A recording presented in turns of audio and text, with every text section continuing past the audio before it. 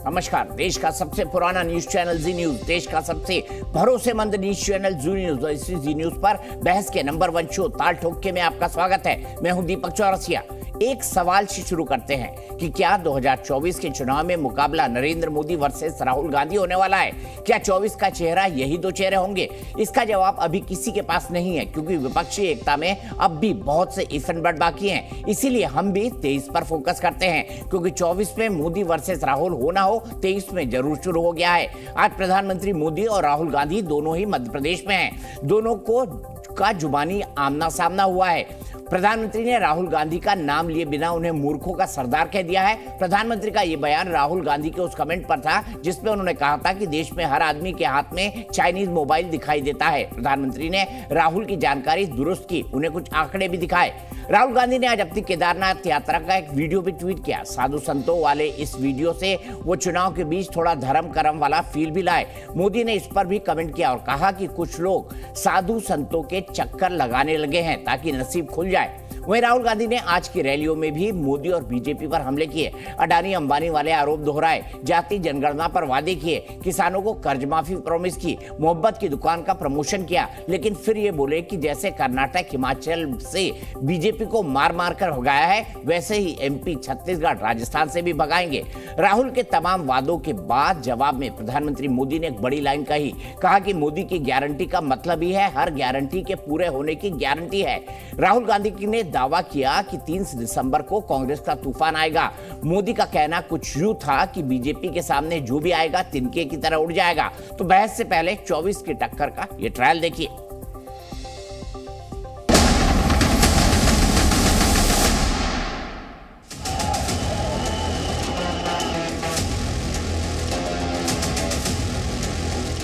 आप mobile phone के पीछे देखो, वो मेड इन चाइना दिखेगा। एक महाज्ञानी कांग्रेस के कह रहे थे कि आप सबके पास made in China mobile phone होता है। अरे मूर्खों के सरदार, किस दुनिया में रहते हैं ये लोग? आपने कभी किसी कैमरा के पीछे, शर्ट के पीछे मेड इन मध्य प्रदेश देखा है? नहीं देखा। ये हम करना चाहते हैं। पता नहीं विदेश के वो कौन से चश्मे पहने हैं कि उनको देश की स्थिति का पता ही नहीं दिखता है। भारत दुनिया में मोबाइल फोन का दूसरा सबसे बड़ा निर्माता है। कांग्रेस का पंजा छीनना जानता है, लूटना जानता है। 27 लाख किसानों का कांग्रेस पार्टी ने कर्जा माफ किया था। बीजेपी के नेताओं ने कहा था कांग्रेस पार्टी ये काम नहीं करेगी, मगर हमने काम करके दिखाया। मोदी की गारंटी यानी हर गारंटी पूरा होने की गारंटी। मैं आपको यहां गारंटी दे रहा हूं, चुनाव के बाद मध्य प्रदेश में किसानों का कर्जा माफ होगा। हम बीजेपी से लड़ते हैं। कर्नाटक में हमने इनको मार के भगाया है, हिमाचल प्रदेश में मार के भगाया है। नफरत के साथ नहीं। देखो, हम नफरत के बाजार में मोहब्बत की दुकान खोलते हैं। ये सब जो चोराट कंपनियां हैं ना, उनको डर है कि मोदी कहीं लॉकर न खोल दे और हमारे लक को ही ताला न लगा दे। जो पहले 5 गाली देते थे, वो आज मोदी को 50 गाली दे रहे हैं। ये गालियां मैं खाता हूं आपके लिए। 1700 करोड़ रुपए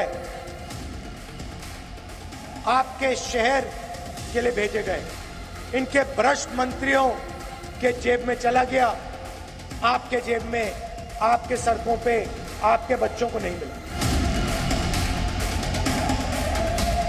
कांग्रेस ने हार मानकर खुद को भाग्य भरोसे छोड़ दिया है।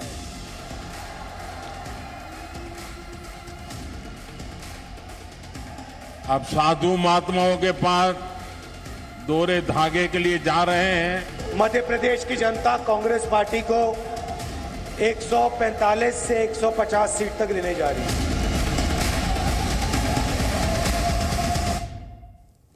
तो अच्छी बहस होगी। कल मेरे ख्याल से मध्य प्रदेश में प्रचार खत्म हो जाएगा। 17 तारीख को वोटिंग है, कल आखिरी दिन प्रचार का होगा और कल बड़ा दिन वैसे भी है, सेमीफाइनल है भारत का न्यूजीलैंड के साथ। तो इतनी सारी चीजों के बीच में चुनाव भी है, इस पर भी बात करेंगे। राकेश त्रिपाठी जी मेरे साथ हैं, भारतीय जनता पार्टी के प्रवक्ता, आलोक शर्मा जी हैं कांग्रेस के प्रवक्ता, राजकुमार भाटी जी हैं समाजवादी पार्टी के प्रवक्ता और धीरेन्द्र कुमार जी है लोक जनशक्ति पार्टी रामविलास पासवान के प्रवक्ता। अरे भाई मेरे को तो दोनों तरफ एनडीए वाले ही दिख रहे हैं भाई, ये चमत्कार कैसा हुआ आज?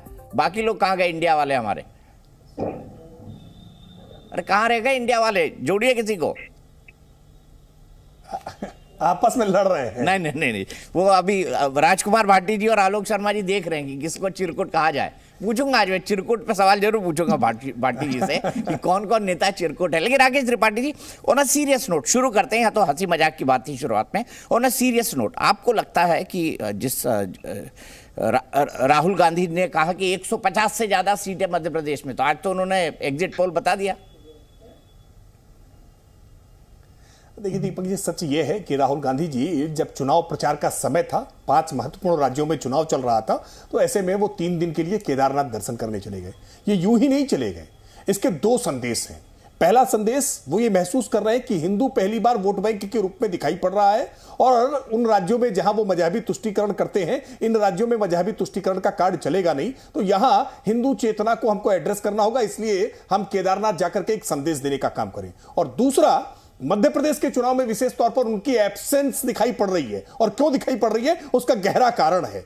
प्रधानमंत्री मोदी जी की 15 रैलियां हो रही हैं, वहीं राहुल गांधी अब तक कुल मुश्किल 3 या 4 बार गए हैं। और क्यों कम गए हैं? क्योंकि कमलनाथ जी ने हाथ जोड़ करके आग्रह किया कि राहुल जी कृपया करके आप मध्य प्रदेश मत आइए, क्योंकि जब जब मध्य प्रदेश आते हैं बेड़ा गर्क करके चले जाते हैं। मध्य प्रदेश वो जब पहली 2 रैलियों में आए तो दीपक जी आपने देखा होगा कि कैसे उन्होंने पिछड़ा राग अलापने का काम किया, कैसे बैठ करके केंद्र में 90 सचिव हैं, उनमें से 3 केवल ओबीसी हैं, इस तरह का राग गा करके भाजपा पर हमला करने का प्रयास किया। लेकिन उन्हें भौगोलिक और सामाजिक परिस्थितियों का ज्ञान नहीं था कि मध्य प्रदेश में कांग्रेस की लंबे समय तक सरकारें रही हैं, लेकिन लंबे समय तक रही सरकारों में कांग्रेस ने कभी भी ओबीसी को मुख्यमंत्री नहीं बनाया, जबकि भारतीय जनता पार्टी ने पिछले 18 वर्षों में लगातार ओबीसी मुख्यमंत्रियों की एक हैट्रिक लगाने का काम किया है। चाहे वो बाबूलाल गौर जी हो, साध्वी उमा भारती जी हो, या शिवराज सिंह चौहान जी हो, ये तीनों ही मुख्यमंत्री ओबीसी बैकग्राउंड के हैं, ओबीसी बैकवर्ड जाति से आते हैं। ये बातें राहुल गांधी को जब तक समझ में आती तब तक बहुत देर हो चुकी थी। कांग्रेस पार्टी के खिलाफ ये बूमरैंग कर गया, और इसीलिए कमलनाथ जी ने हाथ जोड़ करके कहा कि राहुल जी आप मत आइए, आप आते हैं तो हमारा चुनाव खराब हो जाता है। सच ये है कि भारतीय जनता पार्टी के पक्ष में एक सकारात्मक वातावरण बना हुआ है। एक शिवराज सिंह चौहान की सरकार ने जो कामकाज किए हैं, प्रधानमंत्री जी के विजन से जो डबल इंजन की सरकार चली है, मध्य प्रदेश का कायाकल्प हुआ है। वो मध्य प्रदेश जो बीमारू राज्य होता था, वो मध्य प्रदेश जो बंटाधार की सरकार के समय में बीएसपी के मुद्दे से जूझता था, ये बीएसपी मायावती जी वाली नहीं, बीएसपी मतलब बिजली, सड़क और पानी के मुद्दे पर, इसी मुद्दे पर चुनाव होते थे। जहां 44,000 किलोमीटर केवल सड़कें थी दिग्विजय सिंह के शासनकाल में, आज वहां 5 लाख किलोमीटर से ज्यादा सड़कें उस मध्य प्रदेश में हैं। वो मध्य प्रदेश जहां पर केवल 7 लाख हेक्टेयर सिंचित भूमि हुआ करती थी, मध्य प्रदेश सूखे का शिकार होता था, आज 47 लाख हेक्टेयर सिंचित भूमि है, किसान सशक्त हुए हैं। और 10 लाख हेक्टेयर के लिए अभी केन बेतवा लिंक पर प्रधानमंत्री जी उसका शिलान्यास करके आए हैं। देखिए सच ये है कि आज प्रधानमंत्री जी के विजन के कारण ही मध्य प्रदेश बिजली में सरप्लस स्टेट हो गया है। आज दिल्ली के मेट्रो जो चल रही है उसमें भी मध्य प्रदेश की बिजली जा रही है। यानी वो मध्य प्रदेश जो बीमारू था, वो मध्य प्रदेश जहां का 27,000 करोड़ रुपए का कुल बजट हुआ करता था, और आज मध्य प्रदेश का बजट 3,13,000 करोड़ से ज्यादा का बजट है। वो मध्य प्रदेश आज इन्वेस्टमेंट अपने पास लेकर के आ रहा है, आज इन्वेस्टर सबमिट हो रहे हैं मध्य प्रदेश में। मध्य प्रदेश आज शकल बदल गई है। इंदौर आज देश का सबसे स्वच्छ शहर दिखाई पड़ रहा है। यानी मध्य प्रदेश की जो सूरत बदली है, ये सूरत आज डबल इंजन की सरकार की वजह से बदली है, और इसीलिए बार बार भारतीय जनता पार्टी की सरकार आई है। ये कह रहे हैं कि हम कांग्रेस के सर को जनमत मिला था। सच ये है कि पिछले चुनाव में भी 1,56,00,000 वोट भाजपा को मिले थे और 1,55,00,000 वोट कांग्रेस को मिले थे। तो कांग्रेस अगर कुल मत देखे जाए तो भारतीय जनता पार्टी से पीछे थी। भारतीय जनता पार्टी तब भी आगे थी, भारतीय जनता पार्टी अब भी आगे है। तब छलावा किया था इन्होंने, किसानों की कर्ज माफी कर देंगे। यही राहुल गांधी थे, जाकर के पूरा भरोसा दिलाकर आए थे। 1, 2, 3, 4 5 6 7 8 9 10 दिन के अंदर अगर कर्ज माफ नहीं हुआ तो मुख्यमंत्री बदल दूंगा। लेकिन 15 महीने की कमलनाथ सरकार ने किसानों का कर्ज माफ नहीं किया, कमलनाथ मुख्यमंत्री बने रहे। ये सारी बातें मध्य प्रदेश की जनता को याद है कि कैसे मध्य प्रदेश की जनता को छला है। और आज शिवराज सिंह चौहान ने लाडली बहना में 1 करोड़ 31 लाख महिलाओं के खाते में 1250 रुपए की राशि पहुंचाई है। और मैं फिर कह रहा हूं, ये रेवड़ी नहीं है। देखिए दीपक जी, आज महिलाओं के सशक्तिकरण, मैं आऊंगा इस पर, आऊंगा राकेश जी, मैं आऊंगा। मतलब आप बांटे तो अच्छा, ये बांटे तो बुरा। ये मेरे को पॉलिटिकल पार्टी समझ नहीं पड़ता। बीजेपी वाले को कांग्रेस वाले की सरकार अच्छी नहीं लगती, कांग्रेस वाले को बीजेपी की सरकार अच्छी नहीं लगती। आप मुफ्त का दे तो ये रेवड़ी नहीं है, ये दे तो रेवड़ी। एक गजब है बॉस। जनता है, सब समझती है, चुनाव में चलता रहता है। आलोक शर्मा जी, मैं आऊंगा, आगे आऊंगा। राकेश भाई आऊंगा, बहुत वक्त है हमारे पास। आलोक शर्मा जी बताइए। राहुल गांधी जी ने कह दिया कि मैंने हिमाचल प्रदेश में मार मार के भगाया बीजेपी को। फिर बोला कि मार मार के, नफरत के साथ नहीं। अरे मोहब्बत के साथ भी मार मार के भगाया जाता है। आलोक भाई बताइए जरा।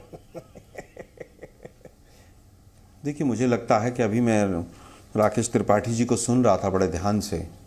नॉन स्टॉप वो जिस तरह के झूठ बोल रहे थे, मैं सबसे पहले उनका पर्दाफाश कर दूं। वो कह रहे थे राहुल गांधी मात्र 2 या 3 बार गए हैं। राहुल गांधी जी की आज ही 3 रैलियां हैं। कल भी रोड शो था और रैली भी थी। मेरी नॉलेज में अभी तक मैं लिस्ट बना रहा था, 12 रैली और 3 रोड शो तो मेरे सामने हो चुके हैं। जबलपुर में रोड शो में मैं साथ था उनके, धनतेरस के दिन। खैर, इनकी आदत है, मोदी साहब ने सबको झूठ बोलना सिखा दिया है तो सब झूठ बोलते हैं। इन्होंने कहा कि किसानों का कर्जा माफ़ नहीं हुआ। अपने महाराजा ग्वालियर वाले से पूछ लीजिए, उन्होंने बड़ा चिल्ला चिल्ला के कहा था कि कांग्रेस के मैंने पर्चे बांटे, और उनके हाथ के पर्चे के वीडियो पूरे सोशल मीडिया पर हैं। 27 लाख किसानों का 13,500 करोड़ कर्जा बटा था और वो ऑन रिकॉर्ड है। और उसका उत्तर जो है अरुण यादव जी ने विधानसभा से लिया था, एक क्वेश्चन लगा के किसी के माध्यम से। उसके बावजूद बीजेपी वाले, खैर इनकी आदत है। दिक्कत यह है कि मुख्य मुद्दों से कैसे भटकाया जाए। अगर आपने इतना अच्छा काम किया, बहुत अच्छी बात है, तो फिर पिछली बार जनता ने आपको क्यों नकार दिया था? फिर आपको जोड़ तोड़ करने की क्यों जरूरत पड़ी थी? क्यों विधायकों को कर्नाटक में वहां पर रिसोर्ट में ले जाना पड़ा था आप लोगों को? क्यों आपको सुप्रीम कोर्ट में सेंट्रल गवर्नमेंट को अपना हलफनामा देना पड़ा था? मुझे लगता है कि ये तमाम चीज़ें अब जनता के सामने हैं। आप कह रहे हैं इलेक्ट्रिसिटी सरप्लस है। अरे भाई, सरप्लस तो हो ही जाएगी। सरप्लस क्यों नहीं होगी अगर कोई भी बड़ा उद्योग नहीं आएगा तो? आपने तो सैकड़ों उद्योग लगाए, 2 बड़े उद्योग जिसमें 500-500 लोग काम करते हो, स्टेट गवर्नमेंट ने लगाया हो, उनका 2 का नाम बता के जाइएगा राकेश भाई। मुझे लगता है कि आज इनको जवाब देना होगा कि किस तरह से महिला असुरक्षित है वहां पर। लाडली बहना आपको याद आई 18.5 साल के बाद।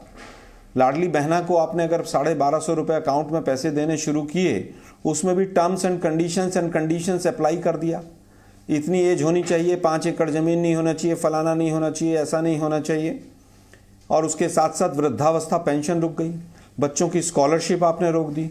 6 साल से मध्य प्रदेश सिविल सर्विसेज का जो बोर्ड है उसमें एक भी रिक्रूटमेंट नहीं है दीपक भाई, नॉट ए सिंगल वन। 5 साल से 200 से ज्यादा नर्सिंग कॉलेजेस में एग्जाम नहीं हुआ है। इतनी बुरी हालत है। मैं तो ग्राउंड पे रहा हूं, जनता कह रही है बिल्कुल हटाना है इनको हर हाल से। डबल इंजन की सरकार की जो बात करते हैं, मोदी जी कह ही नहीं रहे एक बार भी कि शिवराज जी को हम मुख्यमंत्री बनाएंगे। अरे भाई, इतना अच्छा काम उन्होंने किया तो उनको मुख्यमंत्री के तौर पर प्रोजेक्ट क्यों नहीं कर रहे हैं आप लोग? 6-6 फोटो लगाकर क्यों आप चल रहे हैं? आपका मुख्यमंत्री का कैंडिडेट नहीं, आपको केंद्रीय मंत्री और सांसद क्यों उतारने पड़ रहे हैं आपको वहां पर? क्योंकि आपने वहां पर 18 साढ़े 18 वर्षों तक कोई काम नहीं किया है। और जिस तरह से लूट मचाई है, 250 से ज्यादा गबन है। ये व्यापम घोटाले वाले भी किस मुंह से जाकर वोट मांगते हैं? मतलब कितनी निर्लज्जता है बीजेपी के अंदर। मतलब 5 दर्जन से ज्यादा लोग व्यापम में घोटाले में मर गए या मार दिए गए, और तमाम लोग जेल में चले गए, लाखों बच्चों का भविष्य खत्म हो गया, और उसके बाद ये कहते हैं कि हमें वोट दे दो, हमने बहुत काम किया। मुझे लगता है कि मैं मध्य प्रदेश में जो एसेंस देखकर आया हूं, 150 के पार जाएंगे। और मोदी साहब की जो भाषा की बौखलाहट है, वो पूरी तरह से पूरे देश को समझ आ रही है कि वो बुरी तरह से हार रहे हैं। डबल इंजन की गाड़ी चल रही है, लेकिन ड्राइवर को उतार के नीचे बैठा दिया है। पूरी तरह से भाजपा डिरेल हो चुकी है वहां पर, और जनता डिरेल कर रही है उनको। ठीक है, जनता डिरेल कर रही है। वो रहा कि आलोक भाई, आपने मेरी उस बात का जवाब नहीं दिया। ये क्या पूछा था मैंने? हाँ, राहुल गांधी ये मार मार के मोहब्बत के साथ कौन भगाता है भाई? देखिए, मुझे लगता है कि राजनीतिक तौर पर वोटों की ही मार होती है, उसके अलावा कोई मार नहीं होती। हमारा कौन सा विजन है, उसी से राजनीति होती है। और उन्हीं का उनका वही आशय था, उसके अलावा कोई आशय नहीं था। राजनीति में कोई लठ नहीं चलाता है। बीजेपी वाले फिर भी कभी झगड़ा कर लेते होंगे, कांग्रेस वाले तो हमेशा मोहब्बत से ही और पूरी तरह से अपने विजन के आधार पर चुनाव लड़ते हैं और बीजेपी को हटाते हैं। ठीक है, राकेश त्रिपाठी जी आपका जवाब बताइए भाई। देखिए, मुश्किल होता है दीपक जी। कई बार कांग्रेस के नेताओं की भाषा इस तरह की हो जाती है कि प्रवक्ताओं के लिए मुश्किल होता है उसका आशय समझाना। अब राहुल गांधी मार मार के मोहब्बत से भगाते हैं, ये मुश्किल तो है निश्चित तौर पर, दर्शकों के लिए समझना भी और आलोक जी के लिए समझाना भी। ठीक ऐसे ही कमलनाथ जी और दिग्विजय जी भी एक दूसरे के कुर्ता फाड़ प्रतियोगिता कर रहे थे। बाद में बहुत लंबे समय तक कांग्रेस के प्रवक्ता उसका आशय समझाते रहे कि नहीं, कुर्ता फाड़ना तो प्यार से था। अब ये प्यार से कुर्ता कैसे फाड़ा जाता है और कैसे कार्यकर्ताओं को उकसा रहे थे कि जाकर के दिग्विजय सिंह और उनके जयवर्धन सिंह के कुर्ते फाड़ो। ये पहली बार हमने देखा है कि मध्य प्रदेश में बहुत एक शांत स्टेट है। मध्य प्रदेश में क्राइम बहुत कम होता रहा है हमेशा से। मध्य प्रदेश का जो ग्वालियर चंबल का क्षेत्र रहा है जहां डाकू रहते थे, बाकी शेष पूरे मध्य प्रदेश में शांति रहती थी। खैर, अब ग्वालियर चंबल के उस क्षेत्र से डाकू को भी समाप्त करने का, उन्मूलन करने का काम शिवराज सिंह चौहान की सरकार ने किया है। एक सुरक्षित वातावरण देने का काम किया है। देखिए, सच यह है कि प्रधानमंत्री मोदी जी के प्रयासों से आज देश में जो गरीबों के जीवन में परिवर्तन आया है, 13.5 करोड़ देश में आज गरीबी रेखा से बाहर निकल करके आए हैं, तो मध्य प्रदेश में उसमें बड़ी भूमिका रही है। 1,36,00,000 गरीब ऐसे हैं जो गरीबी रेखा से बाहर निकल करके आए। मध्य प्रदेश में 44 लाख लोगों के आज पक्के मकान बने हैं। देश भर में 4 करोड़ लोगों के जब पक्के मकान बनते हैं, मैं इसलिए कह रहा हूं डबल इंजन की सरकार का क्या मतलब होता है। वरना कमलनाथ की 15 महीने की सरकार में केंद्र सरकार को प्रपोजल भेजना बंद कर दिया था, सूची भेजना बंद कर दिया था। आदिवासी जो जातियां हैं, बैगा, भारिया और सहरिया, बेहद गरीब जातियां हैं। इन गरीब जातियों को शिवराज सिंह चौहान सरकार ने 1,000 रुपए जब उनके पोषण को ठीक करने के लिए देना प्रारंभ किया था, न जाने क्यों कमलनाथ जी को इतनी चिढ़ थी कि सरकार में आते ही तुरंत बैगा, भारिया और सहरिया के 1,000 रुपए बंद कर देने का काम किया था। इनको चिढ़ होती है और इसीलिए अगर कहीं गलती से इनको मौका मिल गया तो ये जो लाडली बहना को 1,250 रुपए खाते में पहुंच रहे हैं, जिसको बढ़ा करके हम 3,000 तक लेकर के जाएंगे। और मैं इसका कारण बताऊंगा दीपक जी, ये रेवड़ी नहीं है।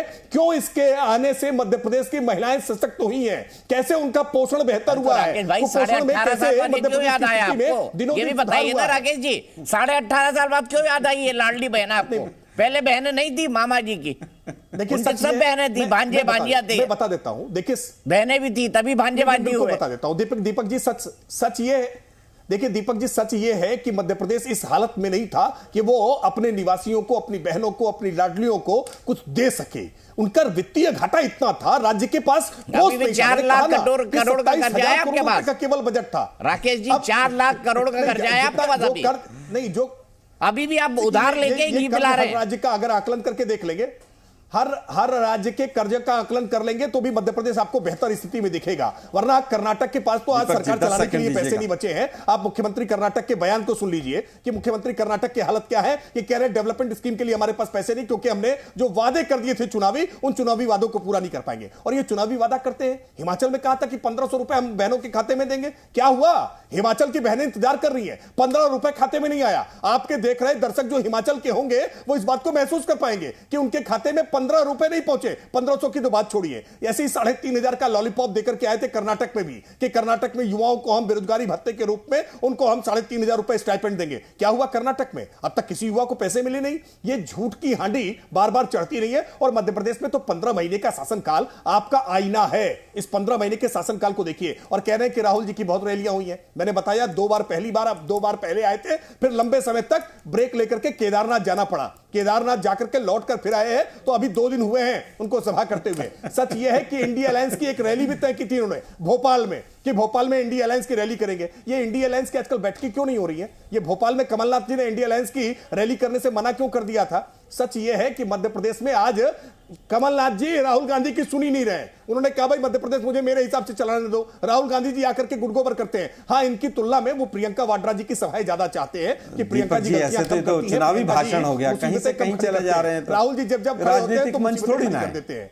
नहीं, चुनावी भाषण तो आलोक जी आप कर रहे थे, मैं तो आंकड़े बता रहा हूं। 44 लाख घर बने हैं, 65 लाख लोगों के घर में घर से नल से जल पहुंचा है। आज जो 1,36,00,000 आज गरीब रेखा से बाहर आए, मैं तो आंकड़े बता रहा हूं, और ये आंकड़े मध्य प्रदेश के लोग अपने नजदीक महसूस कर पा रहे होंगे कि मामा की भांजियों की आज कैसे आज उनको सशक्त किया है। और जब तक राज्य में महिलाएं सशक्त नहीं होती है ना, राज्य सशक्त नहीं हो सकता, देश सशक्त नहीं हो सकता। भारतीय जनता पार्टी ऐसी पार्टी है जो महिलाओं का स्वाभिमान, उनका सम्मान, उनकी सुरक्षा सुनिश्चित करने का काम करती है। वरना टंचमाल कहने वाले दिग्विजय सिंह और आइटम बताने वाले कमलनाथ, ये महिलाओं की सुरक्षा क्या करेंगे? आपके दर्जन भर ऐसे प्रत्याशी हैं जिन पर यौन उत्पीड़न के गंभीर आरोप है। उमंग सिंगार जैसे नाम कहिए तो पूरी सूची गिना दूंगा कि कैसे तमाम यौन उत्पीड़न करने वाले लोगों को आपने अपना प्रत्याशी बनाया है। ठीक है, आलोक शर्मा जी आपका जवाब। और मैं दीपक जी, एक उन्होंने सही बात पूछी, मुझे लगता है यूपीए, एक उन्होंने लॉजिकल बात पूछी कि राहुल गांधी जी केदारनाथ गए थे ना, ये मध्य प्रदेश, छत्तीसगढ़ और राजस्थान के चुनाव को देख के ही भोले बाबा की शरण में गए ना वो, और चुनाव के टाइम क्यों गए? देखिए, मुझे लगता है चुनाव के टाइम कौन कहां जाएगा बीजेपी तय थोड़ी ना करेगी। मैं तो सुबह में मंदिर गया था, तो क्या मैं चुनाव के लिए मंदिर गया था? अरे मैं मंदिर तो कोई भी जा रहा है और सब जा रहे हैं। मोदी जी चले जाएं तो वो तो, अरे आप जाए तो कोई खबर थोड़ी बनेगी आलोक भाई, आप तो रोज जाते हैं, टीका भी लगाते हैं। राहुल जी कभी कभी जाते रहे, इसलिए पूछ रहे हो। दीपक भाई, दीपक जी, ऐसा नहीं है, राहुल जी भी हमेशा जाते हैं, और कौन कितना जाएगा कितना नहीं जाएगा इस बात को बीजेपी तय थोड़ी ना करेगी कि हम उनके उत्तर देते घूमें। मोदी जी तो 50 कैमरे लेकर जाते हैं, और राहुल गांधी जी ने जिस तरह से वहां पर जाकर सब लोगों से बात की, और सब लोगों के बात करने से अरे वीडियो तो वही डाल रहे ना राहुल जी, आप उनके प्रधानमंत्री के 50 कैमरे में बोल देंगे, राहुल जी अपना कैमरा लेके जा रहे हैं वो नहीं बोलेंगे। दीपक जी सुनिए ना, दीपक जी सुनिए ना, राहुल जी ने किसी पंडित पुजारी को धक्का दे के पीछे नहीं करवाया सिक्योरिटी वालों से कि मुझे कैमरे में आना है। तो कौन दिखावा करता है, देश जान चुका है। मुद्दे की बात करते हैं। 22,000 करोड़ रुपया कर्जा था मध्य प्रदेश के ऊपर जब शिवराज जी आए थे, और आज 4 लाख करोड़ रुपए कर्जा है। मतलब इसका कोई जवाब देने वाला नहीं। 4 करोड़ घर बन गए। अरे यार, 26 साढ़े 26 करोड़ जो है परिवार हैं इस देश के अंदर, और 4 करोड़ घर बन गए। एक घर 2-2.5 लाख रुपए में भी बनता हो तो बजट कहां से आ गया? मतलब जो मर्जी आंकड़ा आता है पेल के चले जाते हैं। 2022 में किसान की आय डबल हो जाएगी, यही मोदी साहब थे, इन्होंने कहा था, हो गई होगी डबल। 32 रुपए प्रति कैपिटा से घटकर 27 पर आ गई। नल आ गया सबके, 13 करोड़ घरों में नल चला गया। मतलब 13 करोड़ घरों में नल चला गया। 26 करोड़ परिवार हैं इस देश के अंदर, 26.5 करोड़, 13 करोड़ घरों में नल चला गया, मोदी जी ने भेज दिया। मतलब कहां से आंकड़े लेकर आते हैं भाई? कोई ऐसी चीज हो जो जहां पर कोई वेबसाइट हो, जहां पर कोई जल मिशन की कोई वेबसाइट हो कि साहब हमने इसी साल में इन लोगों को नल दिए हैं। जो मर्जी झूठ बोलकर चले जाते हैं। दुर्भाग्य यह है कि इन्होंने कहा कि 43 करोड़, 33 करोड़, 36 करोड़ लोगों को मुद्रा लोन दे दिया। मतलब हर घर में 1.5 मुद्रा लोन दे दिया इन्होंने। मतलब झूठ का कोई वो नहीं। मध्य प्रदेश जो है वो हेल्थ के इंडेक्स में जो 19 बड़े राज्य हैं उसमें 17वें नंबर पर है। माल न्यूट्रिशन में 16वें नंबर पर है। बच्चों का जो पोषण तत्व है उसके अंदर एजुकेशन में 19 राज्यों में से 16वें नंबर पर है मध्य प्रदेश। और बेरोजगारी में हाईएस्ट के पास है। बेरोजगारी लगातार बढ़ रही है। वहीं साथ में छत्तीसगढ़ है। छत्तीसगढ़ में 16% बेरोजगारी दर थी, आज आधे से कम है। हरियाणा 9 साल से इनके कब्जे में है, वहां पर 4% बेरोजगारी दर थी और आज 28% बेरोजगारी दर है। लेकिन दुर्भाग्य यह है कि पूरे देश को बाकी तमाम भ्रमों में घुसाते रहो, उनको मुद्दे की बात मत करने दो। मध्य प्रदेश में 58,000 रेप के केसेस हैं 18 साल में, उसकी कोई बात नहीं करता है। 2 लाख से महिलाएं और बच्चियां 2 लाख से ज्यादा गायब हैं। और ये हाल गुजरात का भी है, बहुत बड़ा फिगर है वहां का भी, उसके ऊपर कोई बात नहीं करता। ऑलमोस्ट 2-1.5 दर्जन के करीब रेप पर डे हैं मध्य प्रदेश के अंदर। क्या यह सच नहीं है? आप आए किस बात पर थे? किसानों को हम सुरक्षित करेंगे। एमएसपी कितना मिल रहा है? अभी वहां पर टमाटर और आपका लहसुन और प्याज 1-1 रुपए किलो, 50-50 पैसे किलो मध्य प्रदेश में सड़ते हुए दिखा और कहीं नहीं दिखा था। ना राजस्थान में दिखा, ना छत्तीसगढ़ में दिखा और ना ही कर्नाटक में दिखा जहां पर इनकी सरकार थी। लेकिन भ्रष्टाचार का जो आलम मध्य प्रदेश में है, एक आदमी चिल्ला चिल्ला के कह रहा है कि बीजेपी को हटाना है। पिछली बार हटा दिया था जनता ने, चोरी की सरकार बनाई इन्होंने। चोरी से पैसे देकर, प्रलोभन देकर, डर दिखाकर सारे हथकंडे अपनाए इन्होंने। आप किस बात की बात कर रहे हैं? मध्य प्रदेश तो छोड़िए, महाराष्ट्र में आप कौन सी सरकार चला रहे हैं? वो चक्की पीसिंग मोदी जी के करीब खड़े होकर आपने महाराष्ट्र की चाबी दे रखी है उनको।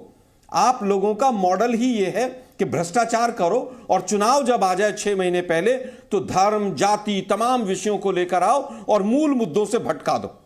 कर्नाटक में भत्ता मिलना शुरू हो गया है, आपको मैं बता दूं ये बात। और यूपीए सरकार में 22.5 करोड़ लोग गरीबी रेखा से बाहर आए थे, आपके टाइम में आधे हैं वो।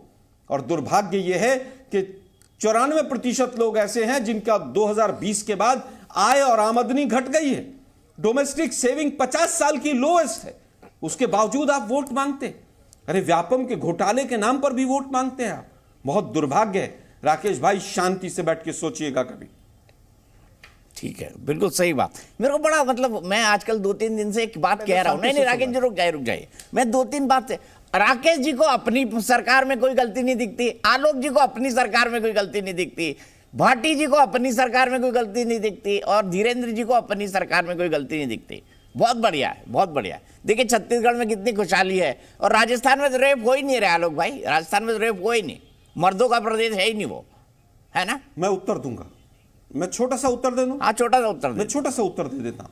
राजस्थान में कोई एक घटना बताइए जिसमें हाथरस जैसा कांड हुआ हो, उन्नाव जैसा कांड हुआ हो, कठुआ जैसा कांड हुआ हो। सर वहां पे एक रेप में सरकार ने एक्शन, कांग्रेस के बड़े नेता की बेटे का नाम आया, वो रजिस्टर ही नहीं कंप्लेन कई दिनों तक। सुनिए भाई, बेटा अभी भी घूम रहा है। मैं कह रहा हूं उसमें एफआईआर भी हुई, रजिस्टर भी, एफआईआर भी हुई और रजिस्टर भी हुई, कंप्लेंट हो। मैं फिर कहूंगा कि किस तरह के केसेस भी बनवाए जाते हैं वो भी देश जानता है। आलोक शर्मा जी, लेकिन क्या हाथरस राजस्थान में नग्न करके घुमाया गया, लेकिन आलोक शर्मा जी की आंखें बंद हो जाती हैं। मुझे बताइए राजस्थान आज देश में सबसे ज्यादा रेप केसेस, सबसे ज्यादा महिलाओं के खिलाफ अत्याचार राजस्थान में है। लेकिन आप राजस्थान में देखेंगे नहीं, महादेव ऐप के घोटाले से सीधे मुख्यमंत्री पैसे ले रहा है। यानी कई मुख्यमंत्री सीधे पैसे वसूल रहा हो, एटीएम की तरफ से पैसे ले जाकर के दिल्ली पहुंचा रहा हो, और उसके बाद भी आपको लगता है सरकार बहुत अच्छी चल रही है। गोबर तक पे घोटाला कर दिया, मतलब चारा घोटाला तो बिहार ने किया था, अब तो गोबर तक पे घोटाला कर बैठे। दीपक जी मैं उत्तर दूंगा, आप देखिए। ठीक है, जवाब दीजिए, दे दीजिए, क्विक जवाब दीजिए, 30 सेकंड का, फिर मुझे आगे चलना है। तो आपके इंडिया के सहयोगी भी बैठे हैं, राजकुमार भाटी, जो अभी आपसे प्यार मोहब्बत नहीं कर रहे, जगह उठाया इन्होंने कहा, भाटी जी भी मुस्कुराने लगे मेरी बात। घोटाला हो गया 350 करोड़ का, 350 करोड़ का गोबर में घोटाला हो गया। बीजेपी आरोप लगा रही है गोबर खरीदा गया 18 करोड़ का और घोटाला हो गया 350 करोड़ का। महादेव ऐप की फाइल के ऊपर ईडी पिछले 8 महीने से कुंडली मारकर बैठी थी। जब तक मोदी जी नहीं कहेंगे ईडी जागेगी नहीं, ईडी एक्शन नहीं लेगी। महादेव ऐप अगर विदेश से चल रहा है तो उसको बंद करने की जिम्मेवारी किसकी है? अगर आधिकारिक तौर पर सरकार कह रही है कि भाई इसको बंद कीजिए, मुख्यमंत्री चिल्ला चिल्ला के कह रहे हैं बंद कीजिए, आप दिखाइए ना एक प्रत्यावेदन आपके पास है तो दिखाइए। कोई पत्र भूपेश बघेल ने लिखा हो तो दिखाइए। एक पत्र भूपेश बघेल ने लिखा, 1.5 साल से आप जांच के नाम पर पैसा वसूली करने का काम कर रहे थे, पत्र हो तो दिखाइए। चुनौती देकर के कह रहा हूं, चुनौती देकर के कह रहा हूं, कोई पत्र अगर भूपेश बघेल का हो जो केंद्र सरकार को दिया हो तो दिखाइए। सच ये है कि आप महादेव ऐप के नाम पर वसूली करने का काम कर रहे थे, वसूली सरकार चलाने का काम करते हैं। मोदी जी बौखलाए हुए, इनकी तो प्रवक्ता भी बौखलाए हुए हैं। मुझे तो लग रहा था मोदी जी बौखलाए हुए हैं, तो प्रवक्ता भी सब आप लगातार झूठ पर झूठ राकेश भाई, मैं आपके बीच में एक बार भी नहीं बोला, देश झूठ मैं एक बार भी आपके बीच में नहीं बोला। आप अपने आप लगातार प्रवचन करते रहेंगे, आप लगातार बोलिए ना। देख रहे दर्शक नहीं कर रहे हैं, प्रवचन आप कर रहे हैं, कितनी देर तक बोले हैं, ऊंची भाषा में प्रवचन कर रहे हैं, कितनी देर तक बोले। यही बीजेपी की आदत है कि झूठ बोलो और लगातार बोलो और बार बार बोलो। ये मोदी जी ने सबको सिखा दिया। दुर्भाग्य है कि अपनी स्टेटमेंट कौन बोल रहा है, सच कौन बोल रहा है, तो जनता तय करेगी 17 तारीख को। ठीक है, अब मैं धीरेन्द्र कुमार जी के पास जा रहा हूं। धीरेन्द्र कुमार जी, ये 2024 में क्या हो मुझे नहीं पता, लेकिन इन चुनाव में तो सीधे राहुल जी वर्सेस मोदी जी हैं। क्या दिख रहा है आपको सामने 2024 का चुनाव? धीरेन्द्र जी बताइए। वही दीपक जी दिख रहा है जो 2014 में होता आया है, वही आगे कंटिन्यू करेगा और प्रचंड बहुमत से आएगा।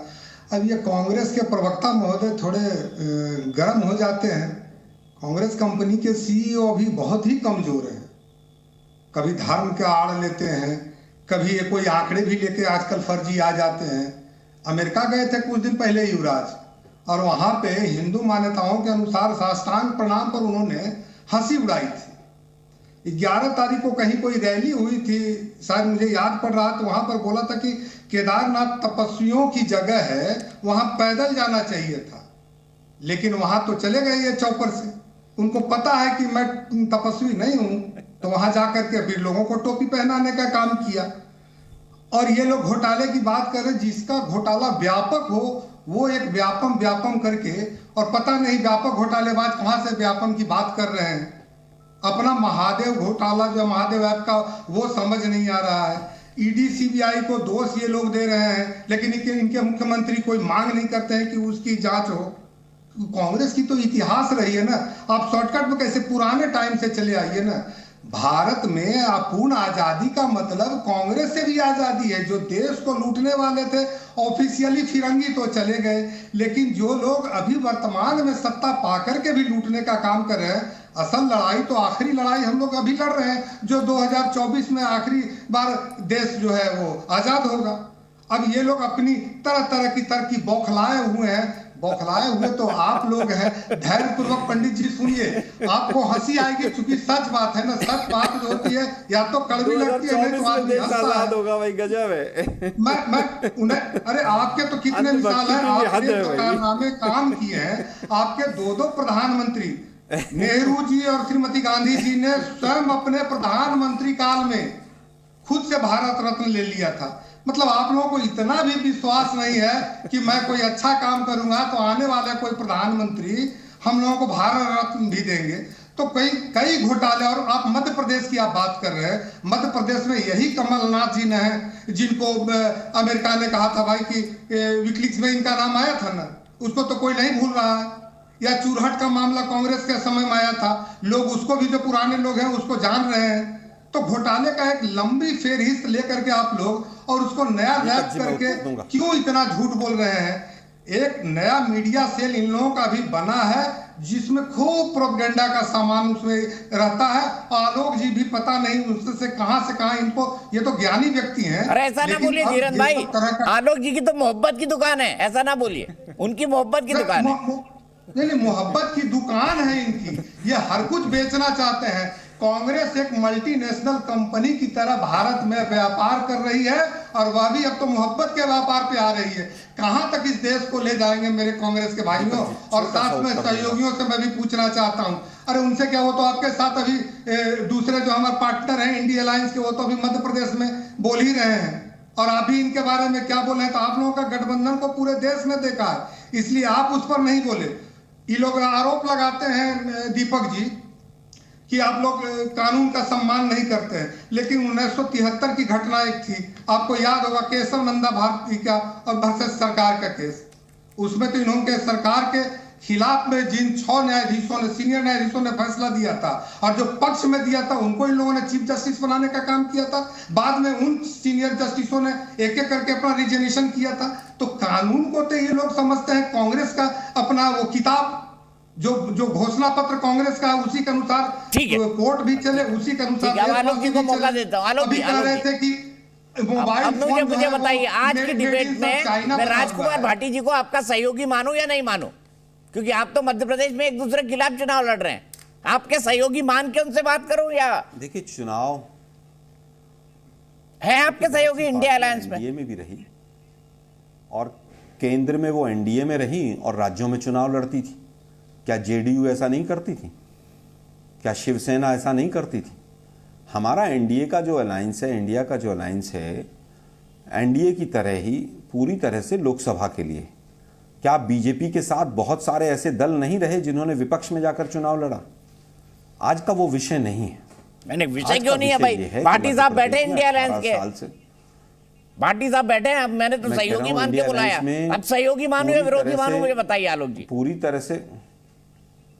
पूरी तरह से सहयोगी हैं हमारे वो पूरी। अच्छा ठीक है, कुछ आपको बढ़िया अखिलेश जी की कुछ इंटरेस्टिंग साउंड बाइट सुनाता हूं मैं। सभा के लिए हम पूरी तरह से इंटैक्ट है, ठीक है। और 450 सीटों पर किन शब्दों से उन्होंने आपको अलग किया है, मैं आपको दिखाता हूं, एक मिनट सुन लीजिए आलोक जी, थोड़ा हंसी मजाक हो जाए। भाटी साहब भी मुस्कुरा रहे हैं मेरी बात सुन के लगातार, उनको भी लग रहा था कि आनंद, आप लोग चुनाव में लगे रहते हैं दिन रात, और उसके बाद थोड़ा तो मनोरंजन होना चाहिए लाइफ में। अखिलेश जी के बयान सुनवाइए भाई, भाटी जी को भी सुनवाइए, आलोक जी को भी सुनवाइए। और मुझे ये भरोसा होता कि कांग्रेस पार्टी के लोग धोखा देंगे, तो मैं उनकी बात पे भरोसा नहीं करता। मुझे बताया गया कि 6 सीटों पर आपके लिए सोचा गया है, विचार किया गया है और उस पर तय करेंगे। सिटिंग एमएलए की जगह आप सीट दे दोगे आप, और उम्मीद करोगे कि मैं आपके बारे में सच बोलूं, और जो बात बोलनी है उनको मैं आपके माध्यम से कांग्रेस पार्टी को कहना चाहता हूं, अपने चिरकुट नेताओं से हमारी पार्टी के बारे में न बुलवाएं। कांग्रेस को भी वोट मत देना, बहुत चालू पार्टी है कांग्रेस। कांग्रेस को भी वोट मत देना, बहुत चालू पार्टी है कांग्रेस। कांग्रेस को भी वोट मत देना, बहुत चालू पार्टी है कांग्रेस। कांग्रेस वो पार्टी है जिसने आजादी के बाद जाति गणना नहीं कराई। लोकसभा में नेताजी शरद यादव जी, लालू प्रसाद यादव जी, तमाम दक्षिण भारत के दल जब मांग कर रहे थे जाति गणना की, तो कांग्रेस पार्टी ने जाति गणना नहीं कराई।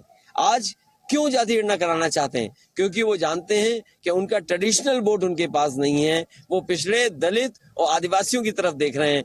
पिछड़े दलित आदिवासी भी जानते हैं कि आजादी के बाद धोखा उन्होंने दिया। तो क्या क्या बोला आलोक जी, सुनिए। चिरकुट, चालू, धोखेबाज।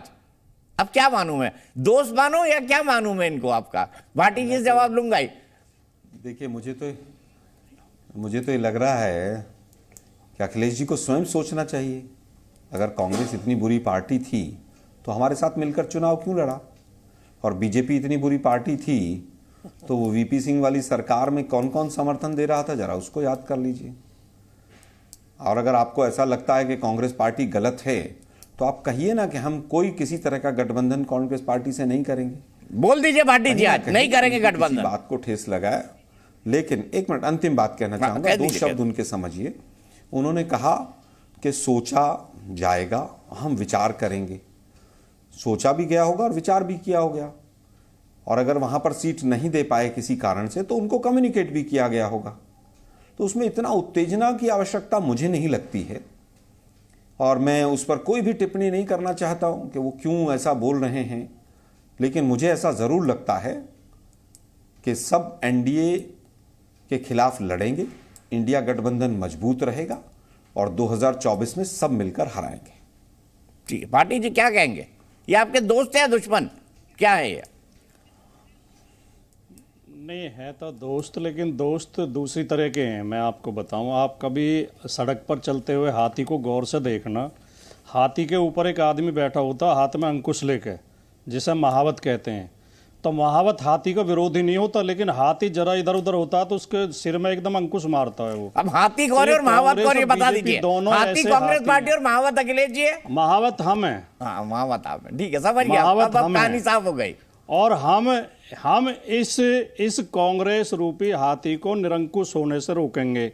इसके सिर में लगातार अंकुश मारने की जरूरत पड़ती है, वरना ये बौखला जाते हैं, ये घमंड में बिल्कुल अनियंत्रित हो जाते हैं और ये उलझुल बकने लगते हैं, जैसे इनके कई नेताओं ने बका। मैं दीपक जी आपके शो में पहले भी, आपको याद होगा, नहीं याद होगा तो मैं याद दिलाता हूं, मैंने कहा था जब वो राहुल जी की यात्रा चल रही थी, भारत जोड़ो यात्रा, आपने कहा था समाजवादी पार्टी क्यों नहीं आई उसमें यात्रा में। मैंने कहा था 2 मुद्दों पर कांग्रेस और बीजेपी का करैक्टर एक है, एक तो आर्थिक नीतियों पे और एक सामाजिक न्याय के मुद्दे पर। सामाजिक न्याय की विरोधी बीजेपी भी रही है, कांग्रेस भी रही है।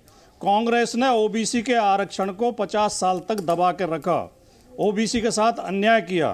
काला काका कालेलकर आयोग की रिपोर्ट आ गई थी 51-52 में, उसे दबाए रखा। फिर 77 में मंडल आयोग बना, उसकी रिपोर्ट आ गई थी 79 में, फिर उसे दबा के रखा 10 साल तक। 89 में जब वीपी सिंह की सरकार ने जब मंडल लागू किया था तो बीजेपी भी सड़क पर थी विरोध में और कांग्रेस भी सड़क पर थी। जातीय जनगणना पे हमारी लड़ाई हमेशा कांग्रेस से रही संसद के अंदर। माननीय नेताजी, माननीय लालू जी, माननीय शरद जी कांग्रेस से लगातार मांग करते रहे जातीय जनगणना कराइए। महिला आरक्षण कांग्रेस लेकर आई थी, हमारी केवल इतनी मांग थी कि ओबीसी, इसमें महिला आरक्षण में ओबीसी के लिए आरक्षक कोटा रखा जाए।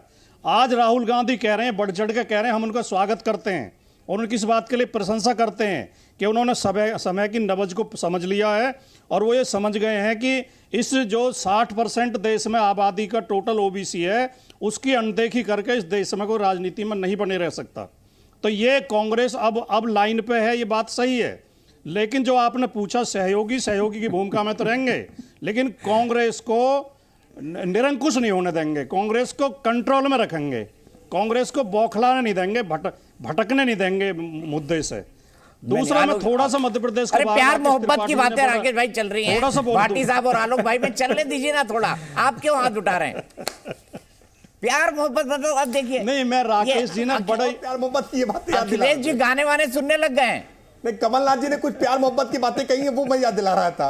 या अखिलेश जी को पहचानते नहीं कमलनाथ जी, आप हमारे कहावत है ना, बहती गंगा में हाथ धो लीजिए, आप भी धो लीजिए हाथ, क्या दिक्कत है? राकेश जी ये कहते हैं, वो एक फिल्म का डायलॉग मुझे याद आता है, जिनके घर शीशे के हों दूसरे घरों पे पत्थर नहीं फेंका करते। हमने वो दौर भी देखा है जब माननीय मोदी जी और नीतीश कुमार जी एक गठबंधन में होते थे, सहयोगी होते थे, और नीतीश कुमार जी ने कहा था कि मोदी के हाथ खून से रंगे हुए हैं, और मोदी जी ने कहा था इसका डीएनए चेक कराओ नीतीश कुमार का। तो ये जो है चलता रहता है, ये दोनों ही पार्टियां, मैं तो दोनों को कह रहा हूँ, आपकी पार्टी भी और आलोक शर्मा जी की भी पार्टी, ये घमंड में जल्दी आ जाती है, थोड़ा सा इन्हें समर्थन मिल जाओ घमंड में आ जाते हैं। अभी आप मध्य प्रदेश की यशगाथा गा रहे थे बीजेपी की, मुझे एक तो इस बात का आश्चर्य है कि पूरी डिबेट में अभी तक किसी ने उसका जिक्र नहीं किया, केंद्रीय मंत्री के बेटे के ऑडियो वायरल है पूरे सोशल मीडिया में। अरे आप कर दीजिए ना, एक नागरिक के पास पहुंचे हुए हैं, 100 करोड़ 150 करोड़ 200 करोड़ की दलाली की जा रही है, और पूरी डिबेट हो रही है मध्य प्रदेश। जवाब दूंगा इस पर, और पूरी डिबेट में चर्चा नहीं हुई। और मध्य प्रदेश में आपने नहीं, सुन लो पहले, जवाब तो जब दोगे पहले सवाल तो सुन लो। मध्य प्रदेश में आपकी यशगाथा बहुत महान है, मध्य प्रदेश को लेकर तो पूरे देश का चुनाव होना है।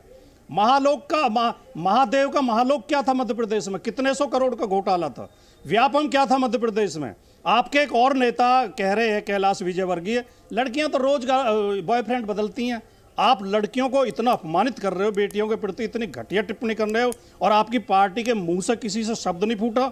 आपने तो मध्य प्रदेश में आतंकवाद के आरोपी लोगों को टिकट देकर संसद में पहुंचाया है, जो राष्ट्रपिता का अपमान करते रहते हैं। मध्य प्रदेश का मुद्दा तो पूरे देश में गूंजेगा लोकसभा चुनाव में। मध्य प्रदेश में तो आप जवाब नहीं दे पाओगे, आप इतने खराब आपकी परफॉर्मेंस रही है। मध्य प्रदेश ने वो रिकॉर्ड कायम किया कि आपका पार्टी का एक कार्यकर्ता, एक आदिवासी, आज भाटी जी ने झंडे गाड़ दिए हैं, और आपके मुख्यमंत्री ने, टीम इंडिया भी ऐसी खेलनी चाहिए जैसे भाटी जी खेल रहे हैं। आपके मुख्यमंत्री है ना भाटी जी? नहीं तो जी नहीं अरे हंसते रहा करिए भाटी जी, हंसते रहा करिए, हवालों की जवाब दे दीजिए। मतलब अभी देखिए, आप हाथी है, ये महावत है, अखिलेश जी चाबुक चला रहे हैं आप पर, सही बात बोली भाटी जी ने। मैं आऊंगा राकेश जी, आलोक जी के बाद आपको जवाब मुझे भी देने होंगे जी। देखिए, मुझे लगता है कि कौन महावत है, कौन हाथी है, कौन चाबुक चलाएगा, कौन नहीं चलाएगा, ये तो राजकुमार भाई बेहतर बता सकते हैं। मैं इस तरह की ना तो शब्दावली में विश्वास रखता हूं, और ना ही लोकतंत्र में एक दूसरे दल को चाबुकों से हाँका जाता है। मुझे तो याद है 2009 में बहन मायावती भी और अखिलेश जी भी, दोनों ने ही बिना किसी शर्त के साथ समर्थन दिया था। अब कांग्रेस पार्टी अगर इतनी बुरी थी तो क्यों दिया था मुझे नहीं पता है। आप भी 2-3 बार सत्ता में रहे, नेताजी भी रहे, अगर जातिगत जनगणना आपसे हो सकती थी तो आप करा लेते। हमने तो 2011 में कराई भी थी, और बीजेपी उस पर कुंडली मारकर बैठ गई। खैर, आज का विषय वो नहीं है। आज का विषय तो सीधा सीधा ये है कि बीजेपी ने पूरी तरह से विदेश नीति हो, चाहे अर्थनीति हो, चाहे सामाजिक नीति हो, उसका पूरी तरह से भट्टा बैठाया है। और उसकी बानगी जो है वो छत्तीसगढ़, मध्य प्रदेश में तो मैं देख आया हूँ कि पूरी तरह से बीजेपी के विरोध में जिस तरह से माहौल है, जनता चाह रही है कि बीजेपी को किसी भी रूप में हटा दिया जाए।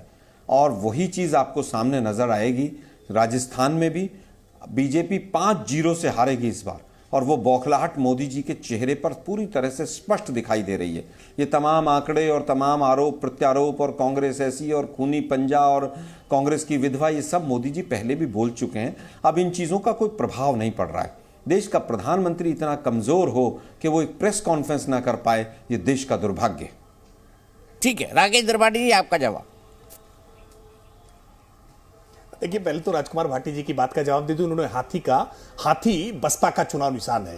हाथी को साथी बनाया था इन्होंने 95 में, गेस्ट हाउस कांड कर डाला था। उसके बाद फिर बड़े लंबे समय के बाद हाथी को फिर साथी बनाया था 2019 के लोकसभा चुनाव में, लेकिन वो गठबंधन भी चल नहीं पाया। दुर्भाग्य ये अखिलेश जी का कि जिसके साथ भी वो गठबंधन बनाते हैं, न जाने क्यों गठबंधन इनका तो बहुत झटके से तोड़ जाते हैं। कमलनाथ ने आज ही कहा है कि समाजवादी पार्टी को वोट देना मतलब वोट की बर्बादी करना है, समाजवादी पार्टी को वोट ना दीजिए। सच यह है कि अखिलेश यादव जी बड़ी उम्मीदों के साथ रात को 1 बजे तक बैठे इंतजार करते रहे, सीटें मिलेंगी, लेकिन आखिरकार सुबह पूछ लिया कौन अखिलेश। अपमान किया है, ये बात सही है। इसलिए अखिलेश जी का चिरकुट पार्टी, चालू पार्टी, ये सब कहना बहुत वाजिब है। अपमान होता है तो इस प्रकार की बातें निकल जाती हैं। लेकिन सच यह है कि मध्य प्रदेश की आज जो तस्वीर बदली है डबल इंजन की सरकार के कारण, मध्य प्रदेश की जनता, छत्तीसगढ़ की जनता आज जो महादेव ऐप जैसे घोटालों के कारण परेशान है, भूपेश बघेल ने जिस तरह से एटीएम बना करके रखा था और राजस्थान में जिस तरह से महिलाओं के स्वाभिमान और सम्मान के साथ जिस तरह का खिलवाड़ है, मैं पूरे विश्वास के साथ कह रहा हूं इन तीनों ही राज्यों में भारतीय जनता पार्टी बहुत स्पष्ट बहुमत पाने जा रही है। कहीं किसी प्रकार की कोई कंफ्यूजन नहीं है। और हम तो बहुत आग्रह करेंगे राहुल गांधी की कुछ सभाएं और बढ़ा लीजिए। चुनाव कल तक का ही है, चुनाव कल शाम तक का प्रचार समाप्त हो जाएगा और ज्यादा से ज्यादा जितना समय है राहुल गांधी जी को कैंप करा दीजिए, रुकवा दीजिए। जितना ज्यादा से ज्यादा हो सकता है उनके प्रचार से भारतीय जनता पार्टी के वोट बढ़ते हैं। इस बात को मैं पूरी जिम्मेदारी के साथ कह रहा हूं। क्यों? क्योंकि वो खड़े होकर के कह रहे हैं कि मोबाइल उठाकर देखिए, उस पर मेड इन चाइना दिखेगा। अरे भाई, आंखों का दृष्टिदोष अपना ठीक करिए। आज देश दुनिया में दूसरे नंबर का मोबाइल उत्पादक देश बन गया है। आज उत्तर प्रदेश के संदर्भ में विशेष तौर पर कहूं, जहां केवल 2 मोबाइल मैन्युफैक्चरिंग कंपनी थी, आज 150 से ज्यादा मोबाइल मैन्युफैक्चरिंग कंपनियां हैं। आलोक शर्मा जी, आपका एक आखिरी कमेंट। मैंने शुरुआत राकेश जी से करी थी, आपका क्लोजिंग कमेंट। इतना ही वक्त है मेरे पास। देखिए, मैं केवल इतना जानना चाहता हूं कि पिछले 9 वर्षों में चाइना से इंपोर्ट कितना बढ़ा है, पीएम केयर्स फंड में कितना पैसा आया है, मोबाइल की असेंबली हो रही है, बहुत अच्छी बात है, लेकिन मैक्सिमम पार्ट्स आज भी चाइना से ही बनकर आ रहे हैं। आज भी कंप्यूटर का प्रोसेसर जो है वो हिंदुस्तान में नहीं बन रहा है। कुछ कमियां हमारी भी रही होंगी, लेकिन मोदी जी ये कहें कि 2014 के बाद तो सब कुछ बदल गया है, ये दुर्भाग्यपूर्ण है। मोदी जी हमेशा देश को बरगलाने का काम करते हैं, झूठे आंकड़े देते हैं। वो तो कहते हैं 2014 से पहले किसी का जन्म होता था तो वो पूरी तरह से शर्मिंदगी महसूस करता था। इस देश में न कपड़ा बनता था, न कुछ और बनता था, और ये तमाम बीजेपी वाले हाला लूला लूला करते हुए अपने केले के पत्ते बांधकर घूमते थे। दुर्भाग्य ये है कि 140 करोड़ से ज़्यादा आबादी हो गई और जिस तरह से भूखमरी के इंडेक्स में देश को नीचे पहुंचा दिया, अपने धनाढ़ मित्रों के लिए जिस तरह से मोदी जी ने काम किया है, देश कभी माफ नहीं करेगा। ठीक है, यहीं पर रुकेंगे। आप तमाम मेहमानों का बहुत बहुत शुक्रिया।